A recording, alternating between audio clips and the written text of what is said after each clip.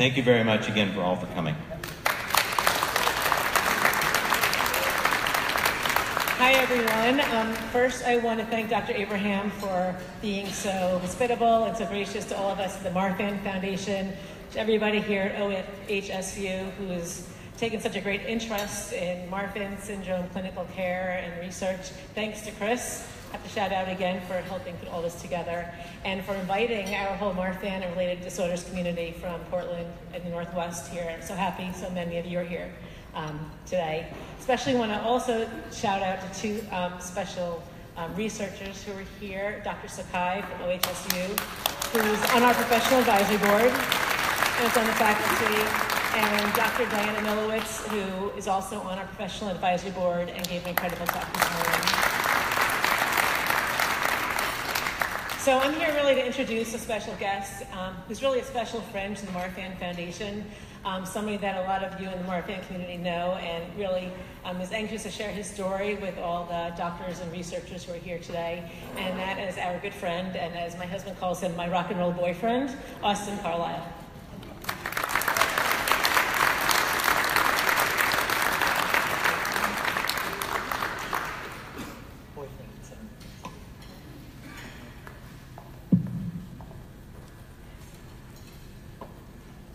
Hello. Hello. I'd like to start off to let everyone know that I'm not a comedian. I was asked to come here for one reason tonight, and that was just to share for a few minutes about my story and about who I am and why I was asked to come share my story. My name is Austin. I used to sing in a rock and roll group called Mice and Men, like the book. I have Marfan Syndrome, and about 8 months ago, I had to quit playing rock music because of Marfan Syndrome. I grew up and had many medical problems from foot surgeries and ear surgeries and hernias and ribs and dislocated hips and knees and legs. My mother was taken to the hospital in 2001. And we took her to the hospital because we thought she was having a heart attack. And it turns out that she had an aortic dissection. And it's something that happens a lot more common than you would expect with people with Marfans and related disorders, is misdiagnosis. And you never prepare for anything like that. I was a 17-year-old kid, and I didn't really know anything that was going on. And I remember leaving the hospital and not having any answers. And I remember that didn't feel right. And little did I know that the next 10 years of my life would be a lot of no answers and a lot of questions without answers. And I'm sorry. I knew today that a lot of y'all were going to be here the whole day and having these classes and learning about all the different things that you have today. And I think to stress how important it is and the appreciativeness of someone like myself that has gone through this. And first of all, I just want to say thank you to all of you from the emergency field to surgeons, anesthesiologists, doctors, nurses. You're all a part. And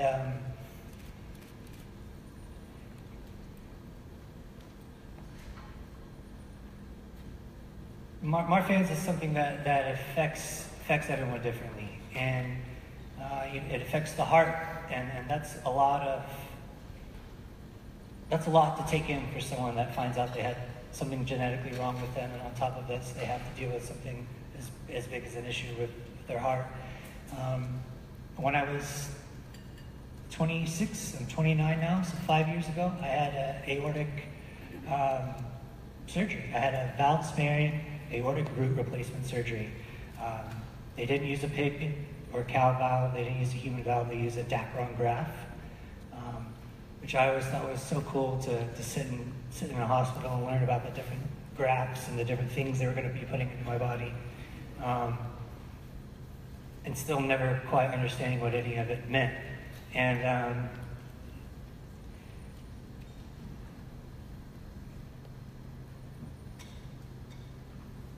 sorry. I'm sorry.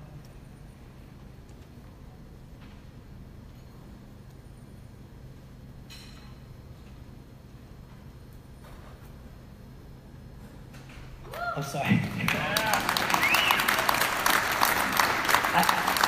I've been living in the jungle for about 8 months. This is the first time I've been in front of people in a while, so it's difficult. I basically, I guess I haven't shared much of my story. I started a rock and roll band around the time when my mom passed away. I didn't really have much else to do. I did sports. I was a very active kid, and when I was told that I had Marfan Syndrome, I had to quit. And I said, well, what should I do next? Let's try music. And I followed it, and it's something that kind of came. Over the years of doing that, I faced a lot of different medical walls and obstacles. And the biggest one was having my heart surgery. And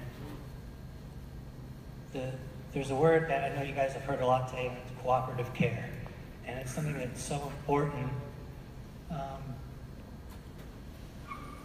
When you have a son or a daughter or a wife or a husband that's dealing with these things, is to have a team and to have a group of people that know you, know your issues, and know your scans, and who you can talk to and you can look at and you can explain your situation, and they don't look at you like you're crazy. And I know that that's something that's hard to find in the medical field, and it's something that a lot of people don't have access to. And I think that it means so much coming from the only people that have the answers when they actually have the answers. And if they don't have the answers, you know that they're trying to find them. And that's something that, with cooperative care and with having a team of people, it can make all the world of difference for someone. And I know with someone like me that it has, because you don't know what you're going into, you don't know what you're getting into, and especially when it's a matter of the heart. And excuse me, sorry.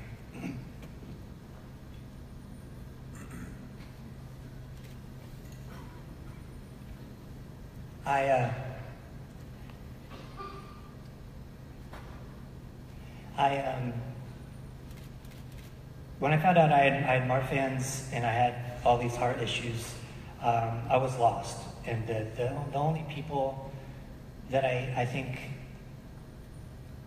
that I knew truly understood were those doctors and were those nurses and were the patients and the people that I got to meet.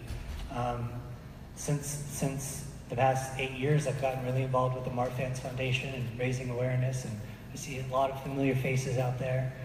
And just being able to be a part of a community with a group of people that their whole goal is to outreach and to help and to bring awareness it means so much to me, and it means so much to have that support system. And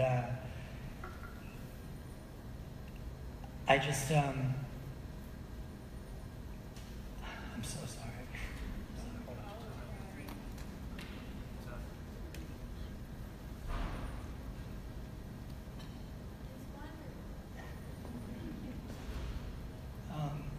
I'm sorry. This is usually really easy. But I guess it's so difficult because it's so real to me. Right now I'm dealing with health stuff again. I have 2 cysts that just showed up on my spine. I was in the hospital for the past 2 weeks. And now I'm here. I'm flying to Stanford tomorrow morning, and they're going to do more tests, and I get to go see what's next. And I'm tripping over my words, and I'm sorry. And I think the biggest thing I wanted today, the opportunity was to share, was that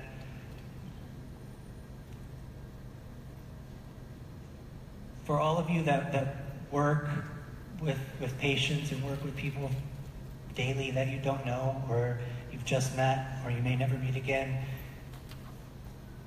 that person looks at you and sees you as their entire world.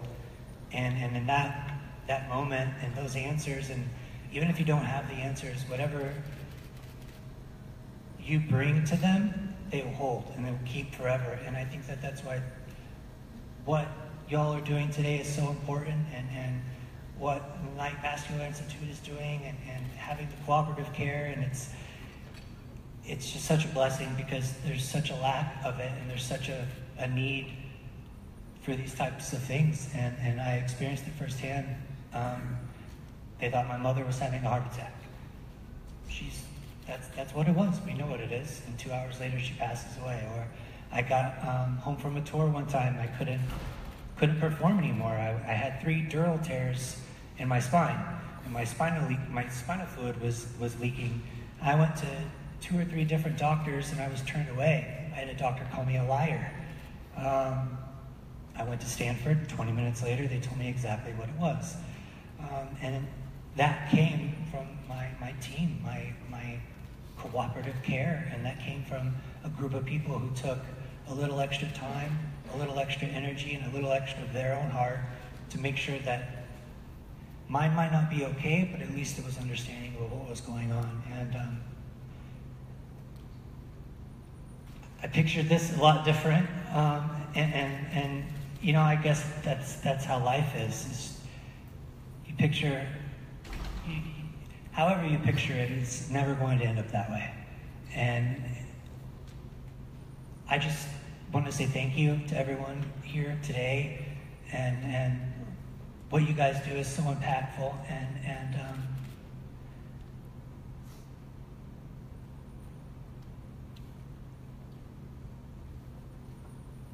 I never thought that when I lost my mom to this, that I'd be in a room with people looking at me or listening to me. No one's ever looked at me or listened to me. And I'd strive my whole life just to honor her and to do what's right by her, and what is right by her and what honors her is what you guys are doing today. And I just wanted to thank you.